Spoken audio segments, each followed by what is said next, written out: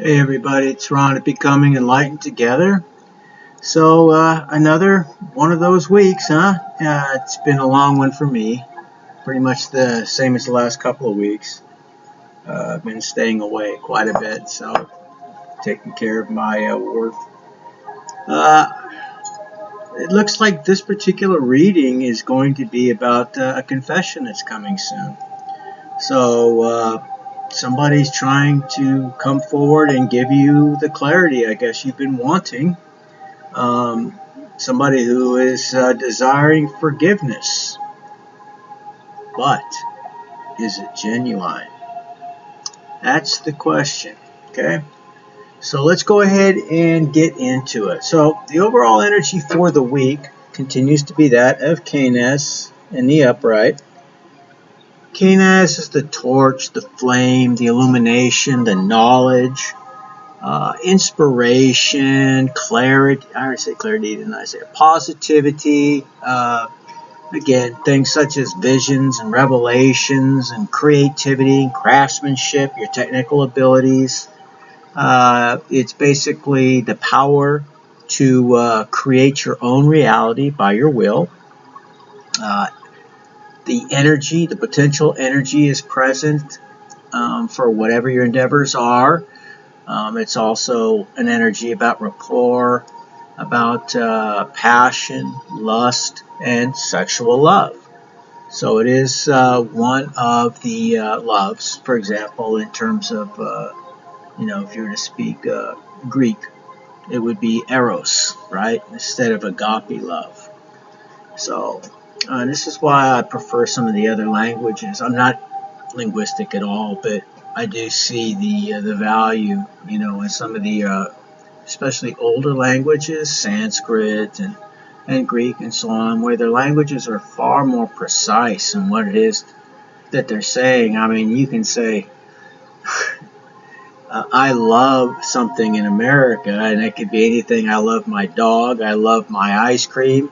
I love seeing you in misery. I mean, it's used in any way you want, so it's kind of almost left open for interpretation by the observer. Whereas, with some of the other languages, it's extremely pinpoint. It's very precise in what it is they're referring to. The specific type of love. You got sexual love. You got family or familial love. You know, and of course the love of other things and activities and things of that nature. So they're very, very precise in which word they use to denote precisely what it is that they're referring to. Alright, why I got off on that tangent, I guess is because we're talking about something that can be a little bit difficult at times, or, looked at maybe sometimes a little bit out of place, maybe even perverted, but there's nothing wrong with passion, there's nothing wrong with lust or sexual love, nothing at all. It's just an expression between two willing parties, maybe more, it depends on the people, I suppose. Or even with yourself, perhaps. I mean, when you're talking about these words that we're referring here to, again, it could be looked at and utilized in a lot of different ways, but you get the gist of it. So I hope a lot of you guys and gals out there are getting yours this week. That's what it's indicating. And like I say, the Vikings have no qualms about that. It's a very, common part of life. We all, at least for the most part, I think most of us enjoy it. And, it's especially nice when you're with somebody that you really, really desire, really want to be with, really have feelings for, love for, commonality with, those kinds of things. It just accentuates the physical intimacy aspects of it. All right, so the past energy that denoted this particular reading was that of Wunyo, and Wunyo was in the reverse. Wunyo is typically, it looks like a sharp angled P, usually in the upright, but it's in the reverse. So it looks more like a letter D. But the wishing rune in reverse talks about misery and dissatisfaction with things, state of fear and impatience, dealing with people, or you yourself are a very headstrong, uh, state of mind. Somebody who is in a state of sorrow and strife, probably being alienated or alienating themselves from those in their inner circle, even. Somebody who may be experiencing or experiencing through other people close to them a state of delirium. There's lots of mentions of intoxication, and that's not just alcohol, of course. That could be any other type of narcotic, drug, intoxicant of, any number of varieties. So it could talk about also possession by higher forces. And those higher forces are talking about, perhaps spiritual influences or energetic influences that are typically not clearly seen by the naked eye, but you feel their presence. Okay?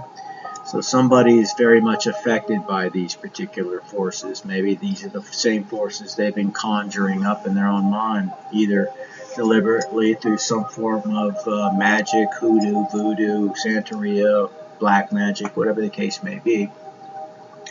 And others just by their very, very strong dissatisfaction with you specifically. They're focusing a lot of ill will and intent and everything else, the evil eye kind of a thing.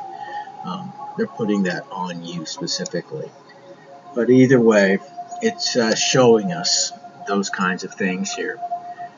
So it talks about somebody's also sharing or exhibiting to those outside when they do intermingle with other people an impractical level of enthusiasm based on their true state of being in this case. They don't want anybody to know. Some of them are in a raging frenzy right now. They're punching walls, taking their anger out on other people because they can't take it out on you or they can't be with you. There's a little of both of that here. So somebody who's going berserk is basically what the gist of that energy is. Now the present energy is also in the reverse, and this is the goddess Freya's rune. It's Fehu, and like I said, it's in the reverse or upside down. And being that it's normally a rune of abundance, wealth, things of that nature, of course it's quite the opposite in the reverse. It talks about somebody who's greedy or in a state of greed, dissatisfaction, disappointments, loss, financial and property losses, even the loss of one's self-esteem or something, similar to that you've been working on trying to keep hold of. It's slipping right out of your hands. So basically it talks about different types of failure. Talks about feeling of burnout and atrophy, discord, a state of cowardice, stupidity, dullness, poverty, slavery, bondage. So, and that can be literally being restrained, somebody placed in a jail cell, a prison, maybe somebody being held against their will, some form of, not kidnapping per se, but somebody's being held, and against their will, against their own wishes. That's what it's intimating here. Now, the obstacles and the challenges, strangely, was that of Sawillo in the upright. Sawillo in the upright usually means defense, protection, things of that nature. It means sun, victory, clarity, vision. Talks about rest and achievements, power to make positive changes, victory, health, success, contact between higher forces. So as we see, that is exactly the opposite of what we've already seen with Wunyo and Fehu in the reverse. So the reason it's an obstacle or a challenge is because that's the state, of course, that we would all aspire to be to. It's the highest state of being in all ways, in all things. Happiness and victory and success and justice and all of those types of things, your good health. In the reverse, that gives us an impression that these guys are really going through it. So that's what this is all about, it looks like. It's telling us that, those are the things that typically they need, things that they desire, the things that they want, the things that they may have once had, for that matter, for quite some time. But things happening as they are, they're no longer in that state of being. All right, so they're pretty bad off. Okay, now the help and advice is that of the god Odin's rune, Ansus. And Ansus is in the upright in this case. In fact, we have Ansus as both the help and advice and the future outcome. And Ansus, basically being Odin's rune and everything else, talks about God, ancestral God, and of course, talks about spirit, speech, communication. It talks about wisdom and inspiration. Talks about, taking advice or giving advice. It talks about some type of revealing message or insight. So we can be expecting, or you can be expecting, some type of a text. Probably not a letter, because very few people write anymore, but either a text, a phone call, or maybe a knock on your door. They know where you live. Okay? So in one way, fashion, or form, somebody's coming. They have a message that they want to share with you, and that message deals with forgiveness. And it's up to you whether you forgive. And of course, to forgive is divine and all of those things. And I would suggest that you do so if you're inclined to. But you have to decide that for yourself. And maybe they burnt that bridge many times over, and it's just now it's time to put the hammer down. You have to make that decision for yourself based on your own circumstances. I know that you'll make the right one. Just continue to trust in your gut and your intuitive abilities, your instincts, and so on. Okay. Now I'm going to go ahead and finish this particular reading. I'm going to do 2 more to make up for the last couple of days that I've missed as a result of the other things I have to do. Okay. But I hope you guys are having a great holiday weekend coming up and all that kind of stuff. And, God bless, take care, stay victorious, and I'll see you in the next one. Take care.